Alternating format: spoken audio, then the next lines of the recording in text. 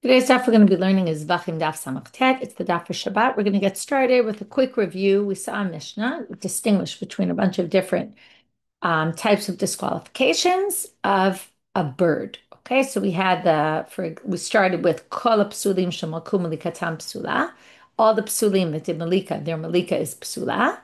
Ve'eno mitame beit habliya. Okay, so if someone, the wrong kind of person, right, a non-kohen, for example, does the malika, it's disqualified, but it's not going to be matame beit habliya. Then we have malak b'smol or b'layla, left hand at night, or chulin b'fnim kodesh b'chutz. Okay, we're going to get back to all these cases later. They're not matame beit habliya. So then we had Rav, who said that small and layla aren't mitamim, but a zar, a non-kohen, and a sakim mitamim beit habliya. And then Rabbi Yehuda said, no, a zar is not mitame beit habliya. And then we kind of said how that fits in much better with the Mishnah. We're trying to say Rabbi Yochanan seems like a much more intuitive. How do we explain Rav? And Rav read the Mishnah differently than we saw it. Now we're going to go to the next attempt to try to prove that Rabbi Yochanan is right, or at least say, Rav doesn't really seem to fit with the Mishnah. So that started at the bottom of Samachet and Bet. Tashma, Zahakla. So the Mishnah had said at the end of the Mishnah, this is the rule. Kol shayap psulo b'kodesh, eno matame begadim abeit habliya. This beit habliya type of impurity is not going to be relevant if it became disqualified inside, like, for example, a non-correct person doing the melika. So bishtama, remember there were two lines, right? Just to review. The Mishnah said it's at the top of Samachalaf Amud Bet. Kol shepsula b'kodesh eno mitame beit habliya, and lo haya psula b'kodesh mitame beit habliya, right? And the opposite is also true. So we're going to focus on this word kol, just like we have from kol psulim. If the psul b'kodesh is not mitame beit habliya, so bishlam Rabbi Yochanan kol atu zar. So the kol must be coming to include the zar. But ela Rav latu mai. So what's the kol coming to include according to Rav? If not adding a case of, right, what else would be psul b'kodesh? A zar. So now the Gemara says, if you're going to read it that way, there's two parts of that sentence. What all that is psul b'kodesh is not mitame. Anything that is anything that is psul b'kodesh is not mitame. Anything that is not psul b'kodesh, right, it was qualified before it got in there or something like that, it is disqualified. So it does have impurity of beit habliya.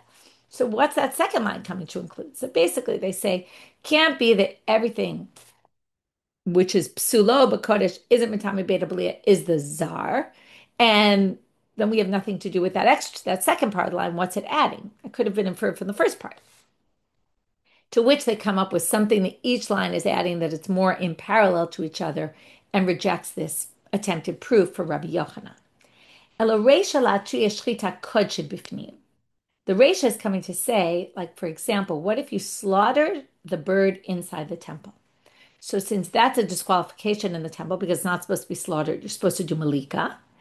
So that is not matame beit habliya. And seifa, what does that come to include? Now, these cases aren't mentioned in the Mishnah explicitly. The seifa is coming to include milikat chulin bachutz. If you do melika on a non-sacred animal outside, you're not allowed to do melika, right? That has tumah beit habliya because that is a dead animal. It wasn't slaughtered and it's got impurity.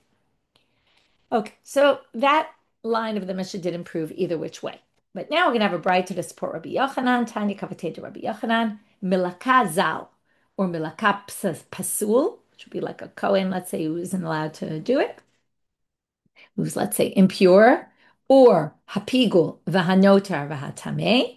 Okay, or if you did malika, and while you were doing the malika, you had a thought, I'm going to do, right, a pigo machshav, I'm going to do the blood outside of its time, or you did malika and then it became notar, or it became tameh, okay, those two are strange because the malika already happened and it became disqualified later. Or maybe I guess it could be malika on a tameh, but notar is much later, kicks in. But either which way, none of these are a problem of beit habliya, and that clearly is a support for Rabbi Yochanan because it says the zar. The non-kohen did the melika. It doesn't have the impurity of not considered a neveila, right? It's considered slaughtered or melikad.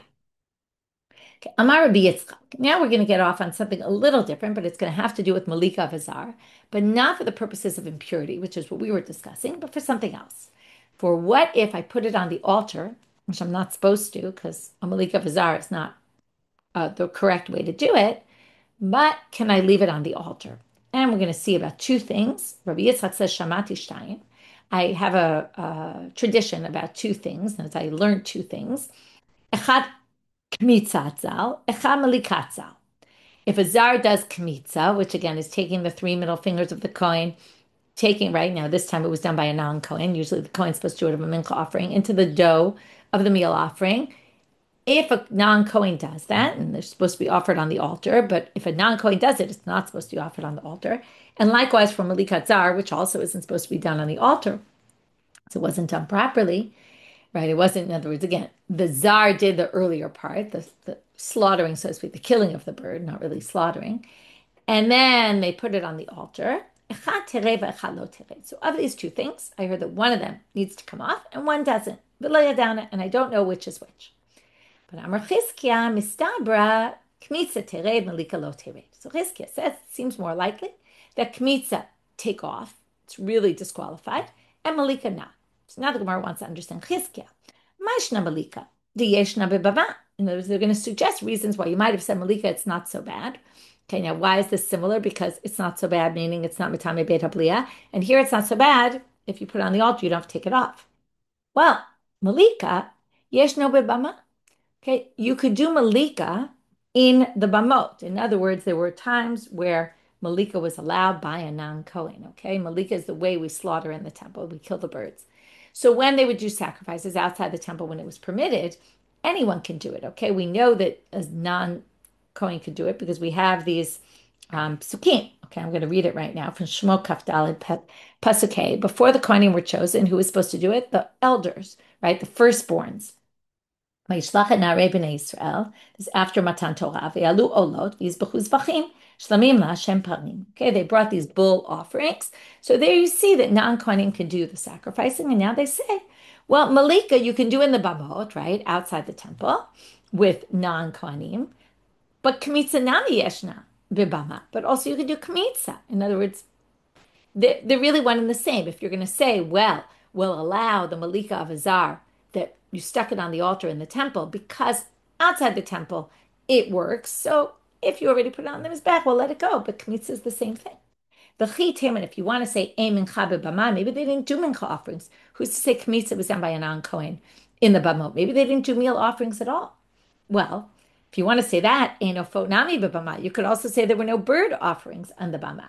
Dama Rav Sheshet, because Rav Sheshet said, now if you notice the pasuk I quoted you, by the way, was about parim, it was about animal offerings. So now Rav Sheshet says, L'divrei ha'omer yesh mincha b'bama, yesh ofot b'bama. L'divrei ha'omer ein mincha, ein ofot. In other words, they go hand in hand.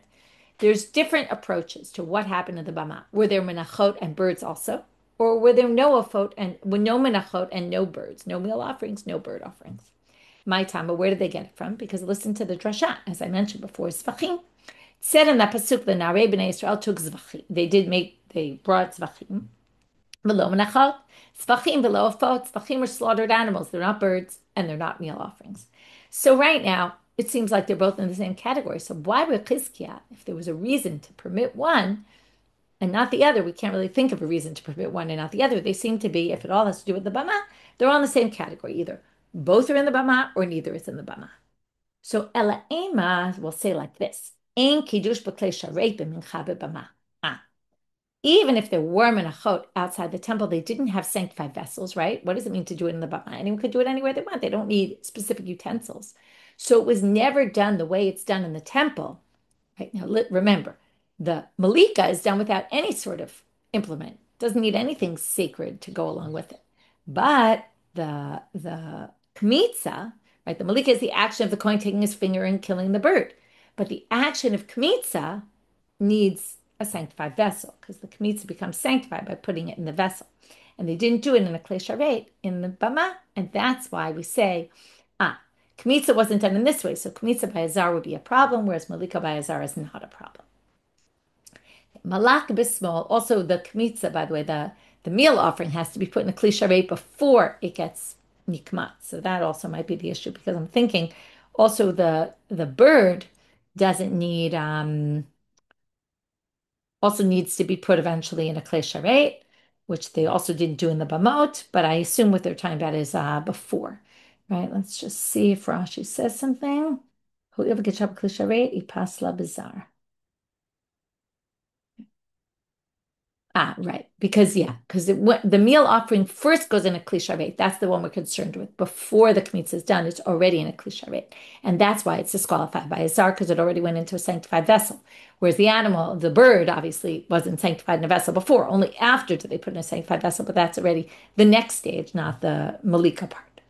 Okay. Malak bismol. So again, this was a sugya that was brought that distinguished between kmitza and melika. But the real reason why we brought this was because it was talking about melika that was done by a non-kohen for the purposes of if somebody goes on the altar, we actually don't have to remove it.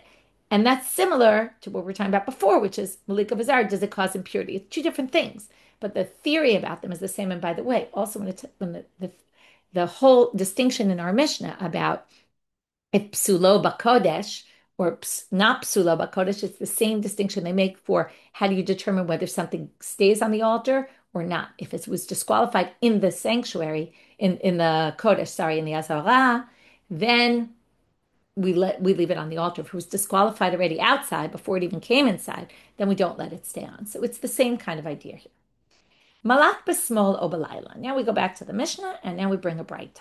Tanu Rabbanit. So again, the Mishnah was saying if it's in the left hand or at night, again, it's not metame tumat beit habliya.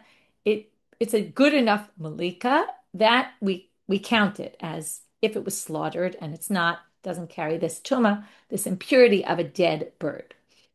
Tanu Rabbanan. Yechote melika shi lifni mitama begadim bebeit habliya. You might have thought melika. No, you have to add some words. A melika that was done with the left hand or at night, or maybe even with a non-kosher person who was allowed to do it.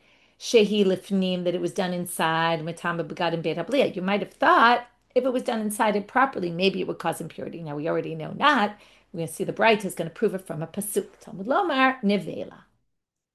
Because the pasuk about this tumat beit habliya, right? A neveila of tahor. It says kol nefesh asher tochal neveila treifa. Okay, so anyone who eats this neveila or treifa, we're going to get back to this pasuk later. Okay, it's Vayikra Yud Zayin, verse 15. Okay,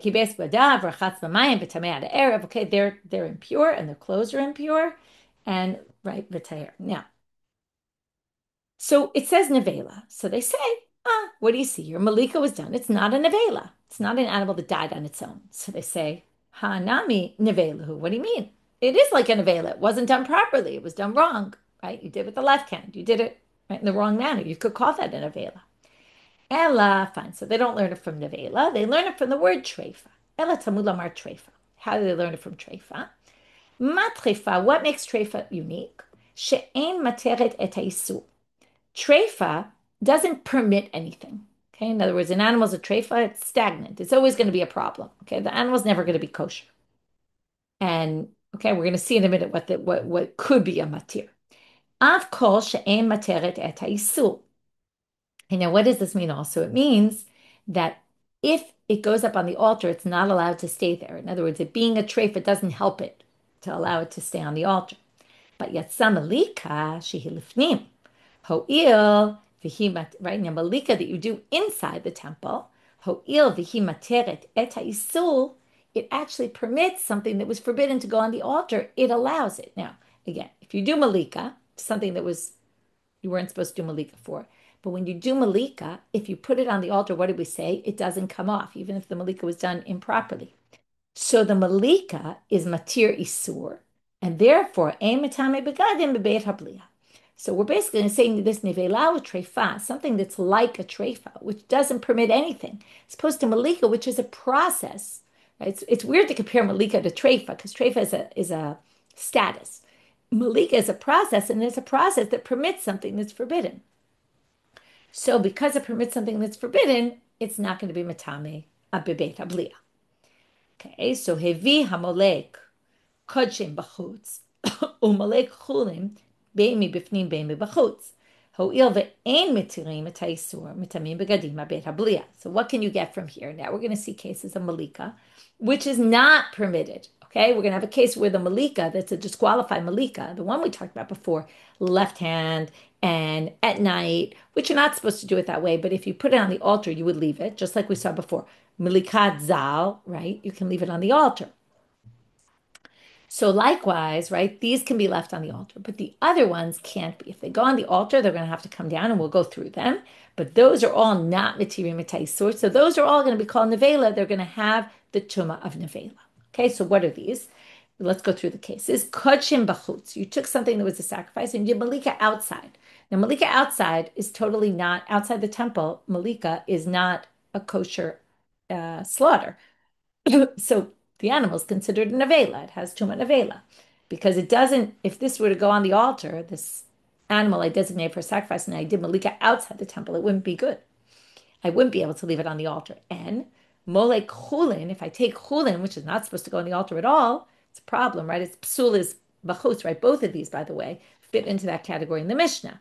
Kol shepsulo lo haya psulo b'kodesh. These are disqualified outside the temple, right? One was an animal that was supposed to be in the temple, it was done outside. And the other is, if a molek chulin, which is not allowed in the temple, it was already disqualified outside the temple. So it doesn't matter whether I do the melika inside or outside. No matter what, it's going to be mitame beit habliya because, right, it's here they just use the term mitame begadim beit habliya, while, right, any clothes I'm wearing, while it's in my mouth, are going to be impure. Tanya idach, another braita, about this issue. Now that was melika. Okay, I just want you to get the terminology straight. That was doing melika outside the temple on kodshim, or for chulin, doesn't matter outside or inside. Now we're going to talk about what if you do shchita in the wrong place on the wrong thing. So for example, yacholte shchitat chulin lifnim, v'kodshim beimim b'fnim beimim b'chutz, mitama abeit habliya. You might have thought that shchita of chulin inside the temple, right? You're not allowed to do shchita inside the temple at all. I'm sorry, you're right. You don't do shchita of a bird inside the temple. What if you took a bird that was not supposed to be a sacrifice and you did a shchita inside? Or you did kodshim, either inside or outside, but you did shchita to the kodshim, which again, you're supposed to, it's a bird. You have to do melika, not shchita. So whether you did it inside or outside, you might have thought these are mitama beit habliya, Talmud lomar, neveila. So now they say it's never going to be called a neveila. It says in the pasuk neveila. Neveila is not slaughtered. If you slaughtered the bird, it doesn't matter if it was chulin and you did it inside, or kodshim and you did it inside or outside. It doesn't have tumat neveila. To which the Gemara says, "What do you mean? Hanami neveilahi?" No. If you take shchita and you do shchita on an animal that you were supposed to do melika to, okay, like the kodshim bifnim, let's say, or even kodshim bachutz, in others, these, or you took shchita, you did shchita inside the temple, which is not allowed, you could call that a neveila. So you can't, or maybe you could, right? You can't say the word treifa, neveila excludes that. So they say, fine, we'll try something else. Ela Talmud lomar treifa. Now, why treifa? So again, we're having this drasha from what do we get from the word treifa? We did the exact same thing we did in the previous, which is, again, we were talking about melika bifnim, maybe it would be mitame begadim, and then we said, no, this has to be like a treifa, and then we come up with this definition of treifa is not matir anything, but melika that would be matir something that would allow it, if you put it on the altar, it would be able to stay, which were those psulim of small, that kind of thing, and zar, non-kohen, that's okay. That's not going to be matame. And then we said, but these other ones that aren't a matir, right, they don't matir anything, will be. So now we're doing the same thing with this case of shchita, and we're going to say, but a different drasha, because this isn't kashurta, this isn't connected with, is it still inside or outside, or is it matir, is it permitting something? But we're going to go with a different drasha on treifa. Again, learning it from the word treifa. Ma treifa shava bifnim kebachutz, av kol shavot bifnim kebachutz. So what typifies treifa? It makes no difference if your animal is a treifa inside the temple or outside the temple, right? Meaning, let's say I did the proper melika on a treifa bird, it's not going to be kosher, right? It's not going to be allowed. It's going to be a problem. If I did shchita on a treifa bird outside the temple, it's going to be a problem anyway, right? In other words, treifa, the status is the same inside or outside. So therefore, for something to be mitame beit habliya from this pasuk of the neveila and the treifa, So it would have to be something that's equal inside and outside. So therefore, now we don't really know why yet. We're going to get to it. So there's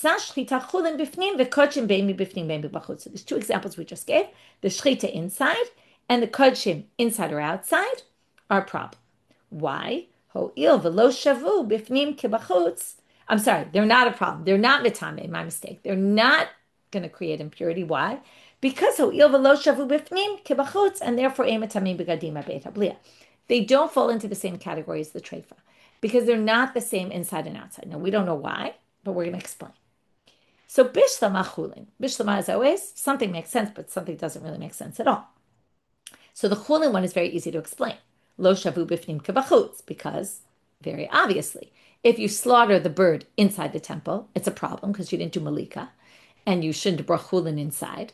But if you slaughter the bird outside the temple, shchita is actually kosher, right? So you have a case where shchita, the same action, is completely different inside and outside. So that's not like a treifa, where the treifa, no matter what you do to it, it's going to be a problem inside and outside. Ela kodshim, but kodshim, bein b'chutz, bein b'bifnim, what did we just say, right? And you can't do kodshim shchita. You can't slaughter the kodshim inside, and you can't slaughter kodshim outside. Seems like it's something that's they seem exactly the same inside and outside. So how could you say, oh, treifa comes to exclude that case? Doesn't make sense. So I'm a Rava. The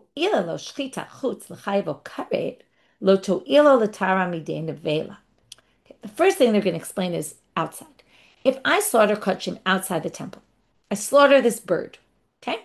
Now, I was supposed to do melika to it, but I was also supposed to do it inside the temple.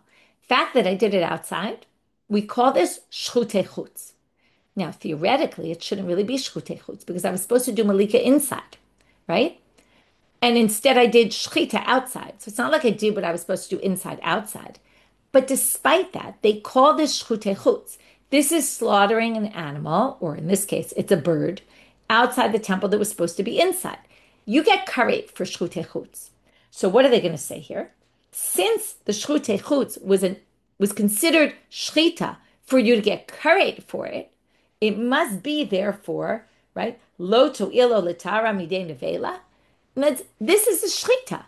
So of course it's not going to be a neveila because we call it, what is neveila? Neveila is something that wasn't slaughtered properly. Now, even though it was supposed to be melika, so you could say it wasn't slaughtered properly because you really should have done melika, not shchita.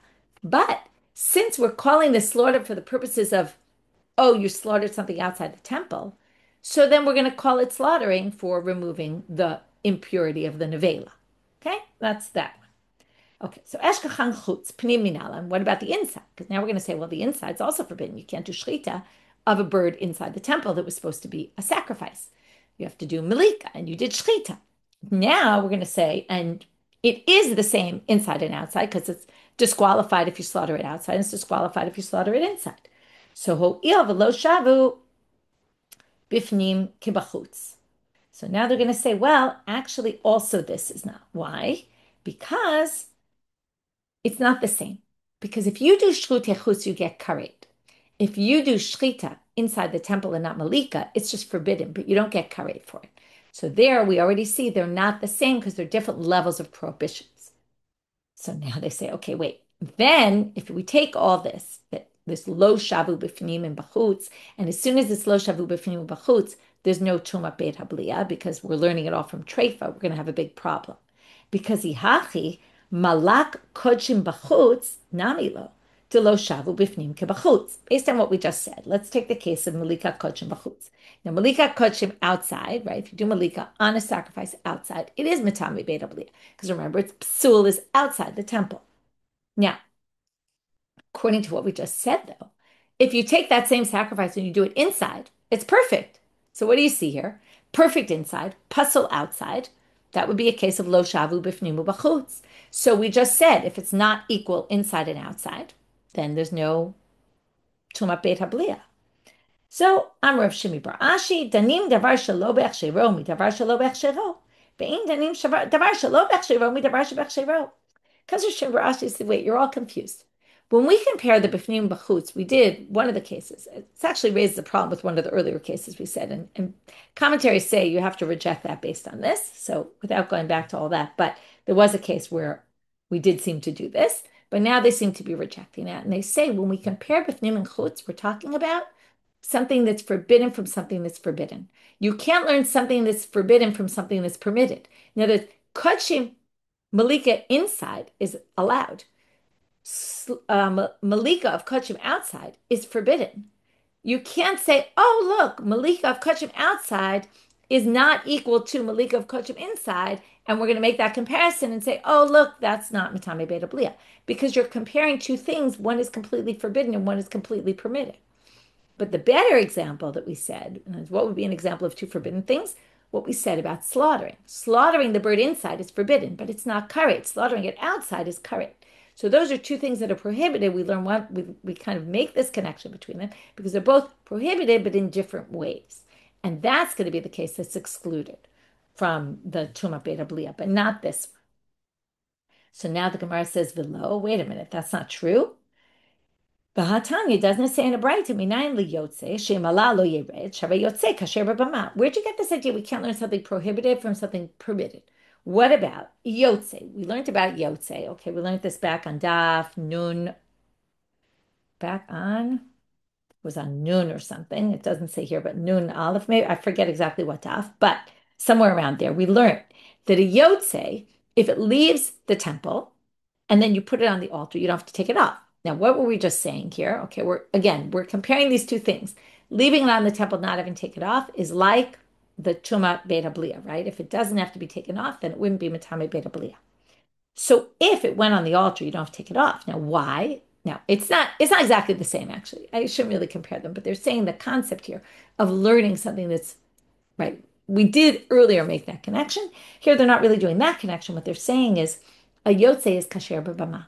We learn that since you can slaughter outside on the bamot, therefore, if something went out of the azara and then you brought it back in and put it on the altar, we leave it because it's obviously not so bad if it was permitted in the altar, in the outer altars that were permitted when there was no temple. Now that's a case where it's totally permitted, and now we're learning to a case where it's forbidden. It's forbidden to take it outside of the azara, and then we're going to learn one from the other. To which the Gemara says, and I don't know if you remember this, but the Gemara there didn't like that drasha at all. They said you can't learn something that's not permitted from something that is permitted, exactly what our Gemara just said. And Tana there said, Azot Torah olavi basamichle. Really, that braita where it said that halacha was not really relying on that. It was really relying on a drasha from a pasuk. This is Torah Olah, that all these things that go on, you get to keep them on, meaning you don't have to take them off the altar once they went on it. And the author of the braita was relying on that, but just worded it by, oh, you'll remember it this way if we say that. And it's what we call just an asmach, just a way to remember it. But it wasn't really derived that way. Okay, let's review this section and then we're going to move on to the next. It's not the simplest stuff, so I want to just summarize this part and then we'll go to the next Mishna and summarize that. So what we have in this section of the Gemara was we started with the Rabbi Yochanan and Rav about the zar and the melika of zar. And right, is it mitame beta blia or not? Right, we basically ended up mostly siding with Rabbi Yochanan, who says it's not mitame beta blia, and it did seem to be the simple reading of the Mishnah. Yesterday we kind of reread the Mishnah. Today we kind of said, well, the end of the Mishnah definitely doesn't include that. We had the kol. We thought that included, doesn't. And then we had a braita that said explicitly what Rabbi Yochanan said. From there, we got it to Rabbi Yitzchak, who said, I learned two things. Kmitza v'zar and melika v'zar about imole. Went on the altar, one of them gets removed, one of them doesn't. It took us a little while to figure out how we get that the kmitza is the one that doesn't, and the melika is the one that actually gets to stay on. And then we brought this braita of malak b'smola b'layla, and from there we got to these two drashot of learning from treifa what is matame beta blia, what isn't, and the definitions we eventually came up with was if it doesn't permit something, right, like treifa, then it's forbidden. If it does permit something like melika, right, in inside the temple, then it actually is not matame beta blia. And then we had the second definition was if it's different inside and outside, the action that you're doing, and then we had to clarify that, well, really two prohibitions, but different levels of prohibition, then it's different from a treifa, whereas a treifa is completely, right, in both places. So again, that excludes which cases are not going to have the impurity of beit habliya. Okay, new Mishnah. Malak v'nimtzei treifa. Rabbi Meir Omer, now this is also something we learned back then on Daf Nun. Malak v'nimtzei treifa. So if you do melika, and it turns out the bird, was a treifa. Rabbi Meir says, Eino matame beit habliya. Okay, the melika basically, according to Rabbi Meir, removes the issue of tumat beit habliya. Okay, just like, remember we learned this. This was where we had the whole question of can you do a binyan av and a kal vachomer? Start with the kal vachomer and then a binyan av, and that was Rabbi Meir. We're going to see that in a minute. Rabbi Yehuda Omer mitame. He says it's impure. Okay, it's got tumat neveila to it. The tumat beit habliya, it's a problem. So I'm a Rabbi Meir, and the Gemara will get to understanding Rabbi Yochanan, but in the Mishna already, Rabbi Meir explains. Kal vachomer, we start with the kal vachomer, and then we're going to do a binyan av. Im neveila behema shemitama b'mago masa shchitata miteheret treifata mitumata. If a neveila behema, now neveila behema is more severe than neveila oaf. Why? Because neveila oaf, the bird, neveila is only a problem when it's only going to carry impurity when it's in your mouth, if you eat it. But neveila of an animal, just by touching something, it can make it impure. And yet, even though it's got a more severe level of impurity, shchitata, if you slaughter it, it's no longer considered a treifa. Okay, meaning it's considered a treifa, but you can't eat it, but it doesn't have tumat neveila. The shchita removes the neveila name from it, because neveila is a dead animal. Okay, an animal that died on its own. Shchita of a treifa animal, an animal that has a problem, that it's sick and is going to die within 12 months or something. So if it's defined as a treifa, you can't eat it, but by slaughtering it, you actually prevent the tum of neveila from coming upon that animal. So neveila ha'of, she'eno mitame b'mago masa. Neveila ha'of is obviously more lenient because it's not mitame b'mago masa by touching or carrying. Eino din shtei shchitato miteret treifato mitumato. So if we go to the bird, this is step one. And we compare, we say, just like shchita in an animal removes neveila, kal vachomer, that shchita in a bird will remove neveila from it. So that's shchita. Now, shchita outside the temple with chulin is equal to melika inside the temple with sacred animals. So ma matzinu, so here's a bama matzinu, which is a binyan av, a paradigm. B'shchitato, shehi mechasharta lachila. Now, shchita allows the bird to be eaten. U'metaheret treifato mitumato. And if you do it on a treifa animal, what happens? It's actually not impure. Af melikato, so melika, which is the same thing basically, mechasharto b'achila, it permits this bird now to be eaten. Titaher treifato midei tumato, so the treifa, right, should become also with melika, it should remove the neveila status. It's not going to become a neveila. So we saw Rabbi Yehuda, which we didn't explain yet. We saw Rabbi Meir. Now we're going to move to Rabbi Yossi. Rabbi Yossi says, and we saw all these opinions on Daf Nun, Daya kenevela behema. It's actually this, he was already on Nun Aleph. Daya kenevela behema shchitata mitarata v'lo melikata. He says, wait a minute. If you're going to learn it from a neveila of an animal, you can only learn, okay, this is what we call dayola vamanadin liyot kanidon. And there it didn't say so in the Gemara, but here the Gemara is going to immediately use that phrase, which is, there the commentaries used it because they knew about this Gemara. If you learn one thing from the other, you can only learn to the extent that it has, meaning there it was shchita of an animal, it wasn't melika, there is no such thing. So we can learn from there to shchita of a bird, but we can't learn beyond that and say we're going to take another jump and go to melika of a bird. So therefore, right, because shchitata permits it, not melika, there's no such thing as melika of an animal. So now the Gemara asks, Rabbi Meir lo darash dayo. Wait a minute, doesn't Rabbi Meir hold dayo? Everyone holds dayo lavomanadin liot kanidon. How do we know? Because dayo deoraitu. Dayo is a Torah principle. Okay, how do we know this? Because it comes from the Torah, a very interesting place. Titania, midin kavachomer ketzad. So from a kavachomer, you could get to the following. Vayomer Hashem Moshe. Okay, and that's where do we learn that you can use a kavachomer? From this place. Listen. Vayomer Hashem Moshe. Dafka from God's words to Moshe. After when Miriam said the Lashon Hara about Moshe and Aaron, what happened? God says to Moshe, Va'avia yarak b'faneha, if she had spit in her father's face. Okay, I have to read the rest of the pasuk. Haloti kalem shivat yamim. right? In other words, if she had spit in her father's face, wouldn't you put a woman like that in jail for 7 days? And therefore, therefore she has to be 7 days outside the camp, and then we'll let her back in. So, what's the kavachomer? Well, if for her father, 7 days, all the more so for God, right? She was going against, right? All the more so kavachomer, because basically God saw this when she spoke lashon hara against Moshe and Aaron was an attack on God. So it says kavachomer lashchina arba'asar yom. So for the shchina it should be 14 days. To which they say, Ela dayo levaminadin liot kanidon. So what do you see from here?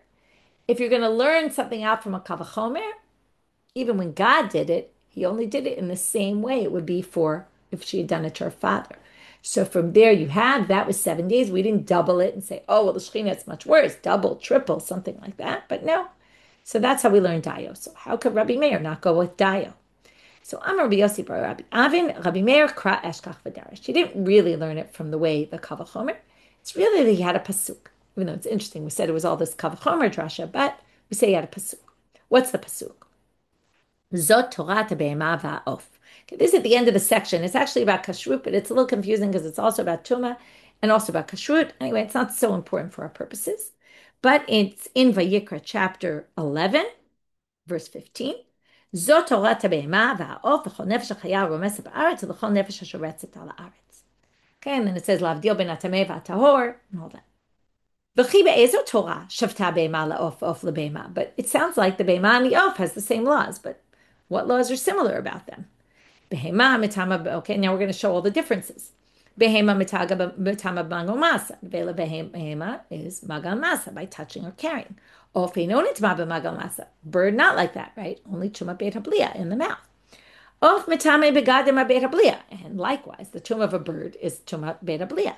Behema einu mitama begadim beit habliya, and that's not true for an animal. Ela lomar lechasa. What is this trying to teach us? Exactly what Rabbi Meir is trying to say. Ma behema davar machshira lachila meteher treifa mitumata. Af of davar machshira lachila meteher treifa mitumato. So just like with an animal, it's specifically whatever permits it lachila, also which is slaughtering, also permits a treifa from tumat neveila, right? Removes the neveila from something that could have been thought of as a neveila, but it's not. Again, it's not kosher, but it is impure. So if we're going to say the same thing by a bird, tavar machshiro b'achila, whatever permits it to be eaten, which could be, right, shchita outside the temple and melika inside the temple, mitaher treifa mitumato. So that removes the tumat neveila from a treifa. Rabbi Yehuda, my time. Now we're going to try to figure out Rabbi Yehuda. Remember what Rabbi Yehuda says? Let's just go back to the Mishna. He says, right, Rabbi Yehuda says, very top of our Amud, mitame. Okay? This is mitame, the malak, v'nimtzei treifa. It has tuma beit habliya. So my time, where does he get this from? Kra eshkach v'kadarish. He darshan in the following pasuk. This is our attempt to try to understand it. We're going to have a big question on this. Neveila utreifa. Okay, we're talking about the pasuk. Chol nefesh asher tochal. This is the pasuk about the neveila of tahor. Chol nefesh asher tochal neveila utreifa. So again, we have neveila and treifa together in the pasuk. Amar Rabbi Yehuda. So he's going to darshan this neveila and treifa. Okay, we had this before, the neveila and the treifa, right, on Amud Aleph. So now we're going to darshan this neveila and treifa again in a different way. Amar Rabbi Yehuda. Treifa lama ne'emra. Why is this treifa mentioned here at all? In treifa chaya. Now he's going to do these two options. So it's different interpretations what this means. We'll go with Rashi, who explains that there's a machloket in chulin about whether a treifa is an animal that has some sort of issue, but can survive. It's not like it's necessarily something that's going to die within a certain period of time. And others say, no, we view this animal as if it's already dead because it's clearly going to die. Okay, so there's different understandings of treifa. Let's just go with that. It's a little bit of a complicated part to understand, but let's just read. Okay, there's other interpretations, like I said, but we'll go with this. Like in the Quran, for example, they translate it differently. In treifa chaya, if we view a treifa as a live animal, when it's alive, we don't really know it's necessarily going to die. It just has a big issue with it. So, right, it's got like a disease. It's missing something very important.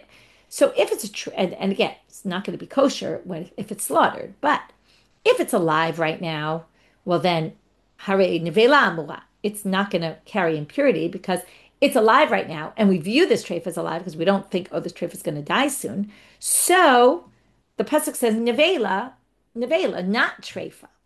And if treifa ain't a chaya, now if we say this treifa is not going to survive much longer, and therefore we're going to view it, again, this is Rashi, okay, not everyone agrees with this, we're going to view it as if it's already dead, even when it's alive. Well, then harehi bichlal neveila. Then it's basically, before it even dies, it's like a dead animal. And theoretically, it sounds like it would actually already impart impurity right now because it's so almost dead. Okay, it's kind of considered dead. So that's the next explanation, right? So let's just look in Rashi. Im treifa chaya va'ad shemeta itabachazka chaya. Hare nevela more of a kfar meta nitnavla b'mita v'kevan shemeta nitnavla b'mitata. Since we view this as dead, it's already carrying impurity. So there's no reason for treifa. In other words, either it's just not included at all because it's not a neveila, or it's already dead and then it's a neveila. But we don't need a separate word to say treifa. So what's Rabbi Yehuda going to darshan? The word treifa again. So now they're going to say must be coming for ela lahavi treifa sheshachata shemitama. What kind of treifa is impure? A regular treifa we already know is impure or isn't impure, depending on how you view it. So it must be a treifa that you slaughtered that we're going to say is impure. Okay? And then we have explicitly that a treifa that gets slaughtered is impure. That's Rabbi Meir. He thinks, now we're only talking about birds because this pasuk is all about bird treifas. So when it comes to an animal, everyone agrees that a treifa that you slaughter, it's not the impurity of a neveila. But Rabbi Yehuda is saying here, when it comes to a bird, it is. And that's what this extra word treifa is. Now the Gemara is going to, Rav Shizbi is going to question this. Rav Shizbi is going to say, how could you possibly say that? Because if you use that logic, we're going to take another pasuk, which is going to come to something that we all know isn't true, which is what I said a minute ago, which is it's going to lead us to the conclusion, you'll see in a minute how we get there, that if you slaughter an animal, it actually will still be, that's a treifa, it'll be a neveila. Now, nobody thinks that, okay? But let's read. Okay, now we're going to quote another pasuk that mentions neveila and treifa, but it's actually different. Cheilev, neveila, v'cheilev, treifa. Okay, this is pasuk in Vayikra chapter 7, verse 24. Cheilev, neveila, cheilev, treifa. Yaseh l'chom malacha. You can use it for anything. It's not impure. Just acholo tochulu. Don't eat the fat from there, but it doesn't have impurity. So it's different from a regular treifa and neveila. So now they say, or neveila really more specifically, because treifa we said already. But anyway, we'll get back to treifa. There'll be a treifa that died. Okay, now hatam nami nema. Now, if we said that whole thing before, if the treifa is live, the treifa is dead, so you could say the same thing. We don't need treifa in this pasuk. I treifa chaya hare neveila amura. If it's still alive, well then it says neveila, and this is not neveila, and then it's not included. In treifa ena chaya, if we view a treifa as dead, harehi bichlal neveila. It's also a neveila, so you don't need treifa. So what could it be coming to do? Elalavi. So we'll say the same thing. And what Rav Shizbi is saying is your logic comes to the absolute wrong conclusion in this section. Because what are you going to say? Lavi treifa shachata. Then what would you then say? Cheilev treifa that was slaughtered. The cheilev is tahor, which means the fat that comes out of it is pure. But what does that mean though? The fat is pure, trying to tell you, but the animal is not. Now, what do you see from here? Michlal dihi batama. Now, nobody thinks that a treifa that was slaughtered, the meat is impure, carries impurity of neveila, because Hamar Rabbi Yehuda, Amar Rav, and Amar Matnitatan, and even in a braita it says, "V'chiyamut mina behema, miktzat behema mitama, miktzat behema ina mitama." When it says kiyamut mina behema, okay, this is if yamut mina behema asher hilachem lochla, and you touch its neveila, you will become impure. Mina behema always means some and not all. What do they learn from here? Miktzat behema mitama, miktzat behema ina mitama, be'ezo zo. Zo treifa shachata, and that's the source for the fact that a treifa that gets slaughtered does not carry impurity. So nobody thinks that. So what you said, Rabbi Yehuda, concludes from this pasuk. We come to this ridiculous conclusion, and furthermore, he continues and he says, "I'm going to explain to you that the treifa there is used for something else entirely. What is that? Treifa mebaile lemeute tamea. Why does it say treifa in the pasuk about the bird?" Okay, and why? Well, let's start with this pasuk, the cheilev treifa. Okay, it's to say not an animal that's not kosher. Okay, meaning why? Because misha yesh b'minat treifa, dozo she'en b'minat treifa. If you have a treifa that's a non-kosher animal, who cares? Treifa is irrelevant. The animal's not kosher anyway. You can't eat it anyway. So what does it matter if it's a treifa? So we have to have something that treifa makes a difference for. And therefore, it comes to exclude, the treifa is there to say this excludes non-kosher animals. Okay? This cheilev of a not, what it's trying to say is cheilev treifa is saying the cheilev of neveila that's tahor is only from a kosher animal. If it's a non-kosher animal, the cheilev is going to carry impurity. Okay, that's what it's coming to tell you. Ha hanami. So let's take that back to our pasuk that we tried to say what Rabbi Yehuda darshaned from. Lemiute of tameh she'ein b'minao treifa. We always call this neveila of tahor. Where do we get neveila of tahor from? So Rav Shizbi says we must get it from this pasuk because it says in the pasuk. Remember, the pasuk not about the cheilev anymore. We're going back to the first pasuk. Kol nefesh asher tochal. If you eat neveila utreifa, has to be an animal that could potentially have treifa has relevance to us, which means a kosher animal. And this is not, there's no tumat beta blia by a non-kosher bird. That's what it's coming to teach us. So if Shizbi says, you can't say that's Rabbi Yehuda's proof pasuk. So now the Gemara says, oh, what do you mean? Of tamei Rabbi Yehuda min neveila naftali. He learns of tahor from a different pasuk, and then that pasuk is free to say what we said. How do we get that? Titania. And with this we're going to end. Rabbi Yehuda Omer, Yachol tehei nevelat of tamei metama begadim abet hablia. You might have thought the dead carcass of a kosher, non-kosher animal carries this impurity. But Talmud lomar neveila utreifa lo yochal. How do we get it? From a different pasuk of neveila treifa lo yochal. Okay, this is a pasuk in Vayikra chapter 22. Verse 8, this is in all the psukim, Vayinezru, Mikot Shebnei Israel, and don't be impure and all that, and go impure into the temple. So in the context of that, it's actually a very strange pasuk. It's talking to Kohanim. It says, Kohanim can't eat a neveila and treifa. This pasuk causes a whole big thing, because what do you mean? No one can eat neveila and treifa. Why is there special halacha just for Kohanim, but not for today? But for right now, we're going to darshan that pasuk. Mishi isuro mishum bal tochal neveila, yatzazo she'en isuro mishum bal tochal neveila, ela mishum bal tochal tamei. Okay, what do we see here? This already excludes the neveila of tahor because again, it's a pasuk that's talking about not eating, but it's also in the context of impurity and of kohanim, but that's not so relevant for us right now. But it says because neveila and treifa are next to each other, what kind of neveila is going to carry impurity when it comes to birds? We're going to say now it's only an animal that is forbidden for also, right? Specifically, if it's a treifa, it will be forbidden. But not if it's just non-kosher, because it has to be treifa makes a difference for it, like we said before. And that comes from this pasuk. Anyway, the point being, neveila of Torah we learned from somewhere else, which frees up the pasuk that we said before, about what's the proof pasuk, neveila utreifa, and that other pasuk, that pasuk could actually teach that, that it's a treifa, right? Remember, the whole point is that word, the treifa was unnecessary. It must be coming to include a treifa that was slaughtered, that it's mitama, okay? And that's how we get he thinks that even if a treifa is slaughtered, and obviously if you did melika, right, it's not going to help you. It's going to be matame anyway. Okay, so that's where we ended with Rabbi Yehuda. So what we did so far is, and this we're still in the middle though, we're going to continue this discussion, but we started with this Mishna about malak v'nimtzei treifa. We have a big debate, three-way debate about Rabbi Meir, who holds there's no tumat beit habliya. We have Rabbi Yehuda says it's completely tumat beit habliya, and even if it was slaughtered, it would be tumat beit habliya for even a slaughtered animal. And we have Rabbi Yossi, and that's what we just saw now. And we have Rabbi Yossi who says, right, we can learn from neveila behema to neveila oaf, okay, to the bird being slaughtered. Also there's no tumat neveila, whereas Rabbi Yehuda said by any bird doesn't help you. Okay, no shechita works only by animals.